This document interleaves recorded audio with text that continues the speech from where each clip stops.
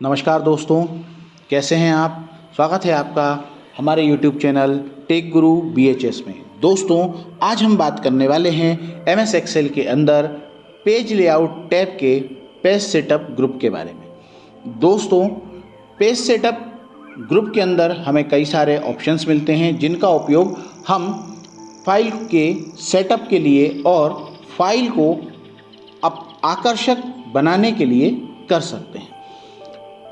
इसके लिए यहाँ पर मैंने एक डेटा शीट बनाकर रखी है। सबसे पहला ऑप्शन आता है मार्जिन। दोस्तों, मार्जिन क्या होता है उसके लिए हम एक बार इसको थोड़ा सा समझ लेते हैं। देखिए दोस्तों, यहाँ पर मैं आपको एक स्क्रीन पर एक पेपर दिखा रहा हूँ। इस पेपर के चारों साइड कोई जगह छूटी हुई है, तो ये जो जगह छूटी हुई है इस जगह को हम मार्जिन कहते हैं। जैसे कि left side, right side, up और डाउन जो जगह छोड़ी गई है वो हमारा मार्जिन कहलाता है। अब इसी के साथ बात करते हैं पेज पर हमारे एक्सेल फाइल पर कि हम जैसे इसे प्रिंट ऑप्शन पर देखेंगे तो देखिए दोस्तों, यहाँ पर पेज पर आपको यहाँ पर कुछ जगह छूटी हुई दिख रही है, ऊपर भी, यहाँ भी और यहाँ भी। तो ये जो जगह होती है ये मार्जिन कहलाता है, जिसके बीच में हमारा टेक्स्ट जो है वो लिखा जाता है। अब ये मार्जिन दिया और छोड़ा क्यों जाता है उसको हम समझते हैं।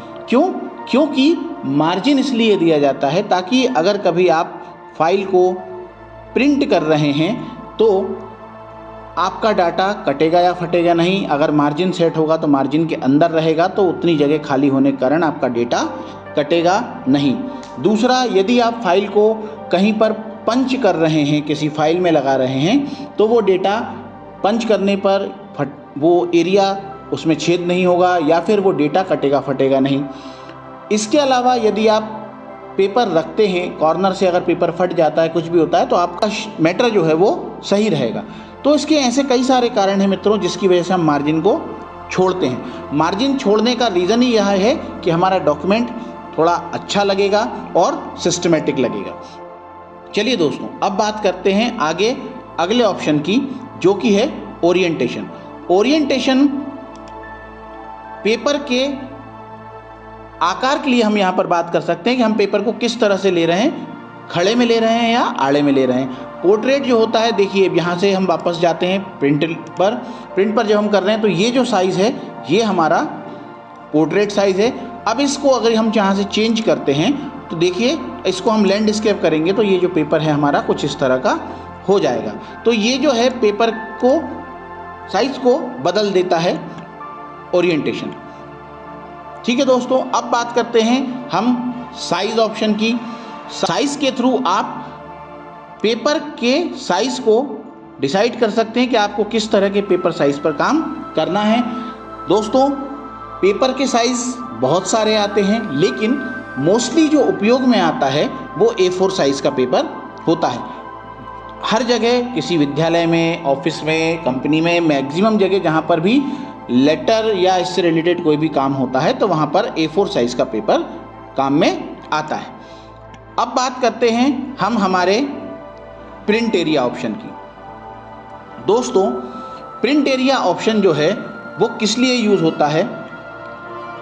अगर मान लीजिए हमें हमारे फाइल में से कोई डेटा प्रिंट करना है, जैसे कि हम मान लेते हैं कि हमें सिर्फ इतना ही डेटा प्रिंट करना है, तो हम इसे यहाँ पर सेट प्रिंट एरिया कर देंगे और जब हम इसको पेज पर जाकर प्रिंट करेंगे तो देखिए हमारा सिर्फ इतना ही डेटा यहाँ पर आएगा।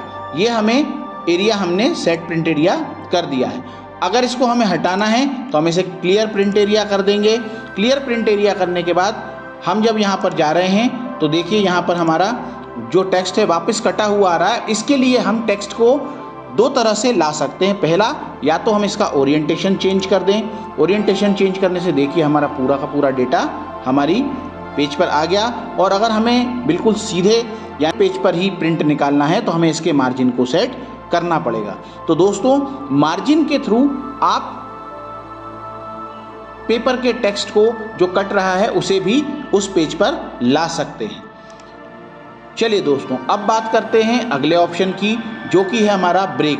ब्रेक ऑप्शन का उपयोग करके आप कहीं पर भी पेज ब्रेक कर सकते हैं। जैसे ही आप यहाँ पर जाएंगे, इंसर्ट पेज ब्रेक लिखा आएगा। इंसर्ट पेज ब्रेक अगर आप कर देंगे तो यहाँ एक पेज ब्रेक हो जाएगा। देखिए यहाँ पर एक लाइन आ रही है, तो इस तरह से ये लाइन जो है वो आपके पेज को ब्रेक कर देगी। चलिए दोस्तों, बात करते हैं अगले ऑप्शन की, print titles. Print titles option का उपयोग होता है कि यदि आप अपनी फाइल में, अगर आपकी बहुत बड़ी फाइल है और उस बहुत बड़ी फाइल में आपके जो टाइटल्स हैं, यानी ये जो हेडिंग्स हैं, इन हेडिंग्स को आप हर पेज पर इक्वली प्रिंट करना चाहते हैं, तो आप यहाँ पर सिलेक्ट करेंगे, प्रिंट टाइटल ऑप्शन पर हम क्लिक करेंगे तो ये हमसे पूछेगा रोज टू रिपीट एट टॉप। तो जो भी हमें रिपीट करनी है उस रो के, उस पर हम यहाँ पर सिलेक्शन बना देंगे। तो ये देखिए हमारी रो सिलेक्ट हो गई और यहाँ पर वो रेंज आ गई। ये करने के बाद हम जैसे ही ओके कर देंगे तो हमारा जो टाइटल है वो हर पेज पर इक्वली आने लगेगा। तो दोस्तों, ये जानकारी आपको कैसी लगी? आशा करता हूँ कि आपको ये जानकारी समझ में आई होगी, ये सारे ऑप्शन समझ में आए होंगे। अगर आपको हमारी वीडियो पसंद आ रही हैं तो हमारे वीडियो को लाइक कीजिए, शेयर कीजिए और हाँ, चैनल को सब्सक्राइब करके बेल आइकॉन ज़रूर दबा दीजिएगा, क्योंकि आपका एक लाइक, एक शेयर, एक सब्सक्राइब हमें मोटिवेट करता है आपके लिए और भी अच्छे अच्छे वीडियो बनाने के लिए। तो दोस्तों, मिलते हैं अगले वीडियो में, तब तक के लिए नमस्कार।